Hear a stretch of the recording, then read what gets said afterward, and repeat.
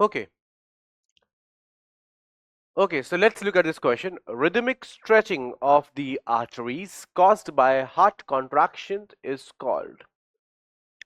अब देखिए क्या होता है कि when your heart, let's say heart है, ये आपका क्या है, हार्ट है, लेट्स से ये ब्लड को जब पंप करेगा, मान लो ये जो भी ब्लड वेसल जा रही है,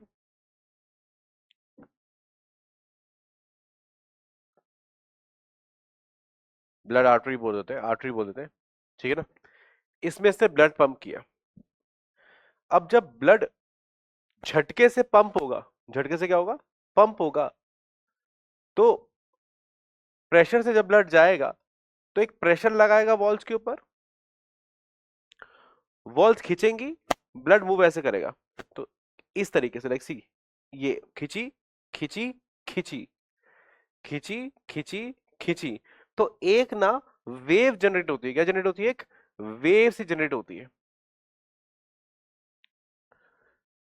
ठीक है। और अगर आप यहां पर हाथ रख ले, दबा दे इसको, अगर आप इसको हाथ से ऐसे यहां पर दबाएं किसी पर्टिकुलर जगह पे, तो आपको ये वेव महसूस होगी। इसको बोलते हैं हम पल्स। क्या बोलते हैं? पल्स, ठीक है। आ रही बात समझ में? टॉफी वाली पल्स नहीं, हाँ, पल्स बोलते हैं इसको।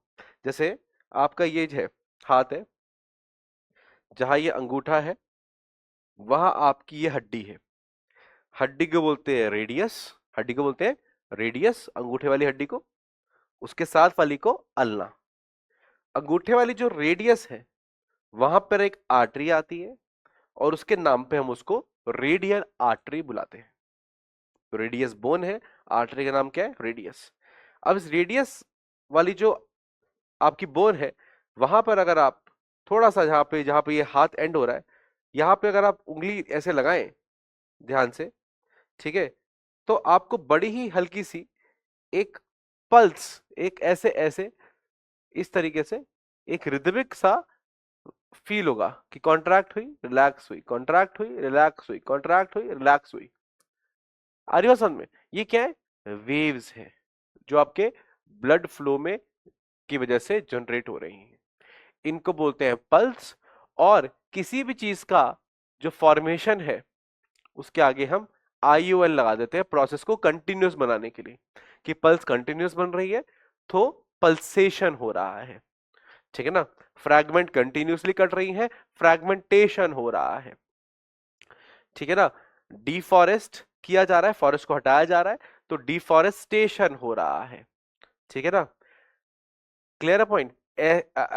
तो ये एशन हम प्रोसेस को कंटिन्यूस फॉर्म में बताने के लिए बताते हैं, ठीक है ना। जहां भी एशन वर्ड आए मतलब कोई प्रोसेस कंटिन्यूएशन में चल रहा है, ठीक है। मैग्नीफाई किया, मैग्निफिकेशन कर रहे हैं, करने को, काम को हम बोल देते हैं, ठीक है ना।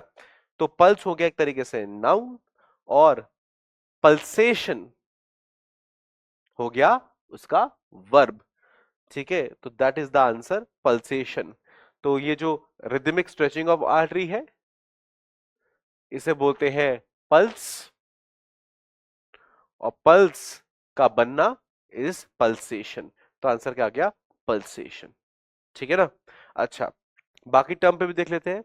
आर्टरी स्क्लेरोसिस, स्क्लेरोसिस मतलब स्टिफनिंग, स्टिफ हो गई है। कौन स्टिफ हो गई है? कौन अकड़ गई है? आर्टरी अकड़ गई है, तो आर्टरी स्क्लेरोसिस, ठीक है। क्लियर है पॉइंट? क्यों अकड़ गई आर्टरी? उम्र के साथ अकड़ जाती है, उम्र के साथ कोलाजन फाइबर्स और दूसरे कुछ फाइबर्स और कुछ कोलेस्ट्रॉल वगैरह आर्टरी के बाहर की तरफ डिपॉजिट हो जाता है, उसकी वॉल्स अकड़ जाती हैं, स्टिफ हो जाती हैं, जिसकी वजह से वो प्रेशर जब पड़ता है, ज्यादा या प्रेशर होता है, तो स्ट्रेच नहीं कर पाती, तो प्रेशर डिस्ट्रीब्यूट नहीं होता, जिसकी वजह से प्रेशर जनरली हाई हो जाता है आर्टरी में उम्र के साथ। इसलिए बूढ़े लोगों को हाई ब्लड प्रेशर का इश्यू रहता है, and that is arteriosclerosis. Heart murmur sound, ये जब वाल्व वगैरह ठीक से काम नहीं करती है तो हार्ट ममर साउंड आती है। And then a his hypertension, ज्यादा हो गई है टेंशन, मतलब ये वो टेंशन नहीं है जो आप लेते हैं, मतलब वो भी वैसे इसी टेंशन या स्ट्रेस से आ रहा है। टेंशन मतलब स्ट्रेस, आपके फिजिक्स में होता है कितना टेंशन है, कितना फोर्स लग रहा है, कितना स्ट्रेस है, कितना खींचा जा रहा है, ठीक है ना। तो प्रेशर ज्यादा होगा तो हम प्रेशर ज्यादा होगा तो फोर्स ज्यादा होगा, फोर्स ज्यादा होगा तो टेंशन क्या होगा, ज्यादा होगा। हाइपर मतलब ज्यादा, तो ज्यादा फोर्स हो गया, ज्यादा प्रेशर हो गया, ज्यादा blood pressure is known as hyper tension.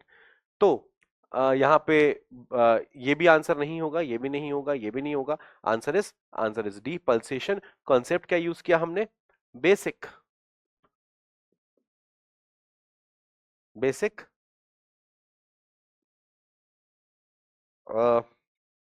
Basics of circulation, basics of circulation, basics हैं सर्कुलेशन के जो आपको पता होने चाहिए, ठीक है ना। This is the basics of circulation, कि जैसे कि पल्स रेट हो गया, हार्ट रेट हो गया, स्ट्रोक वॉल्यूम हो गया, कार्डियक आउटपुट हो गया, आर्टरी का स्ट्रक्चर हो गया, वेन का स्ट्रक्चर हो गया।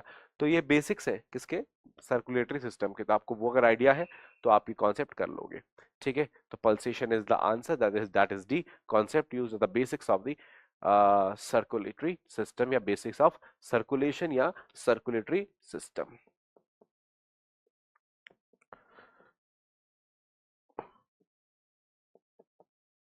That's your concept. This is your answer.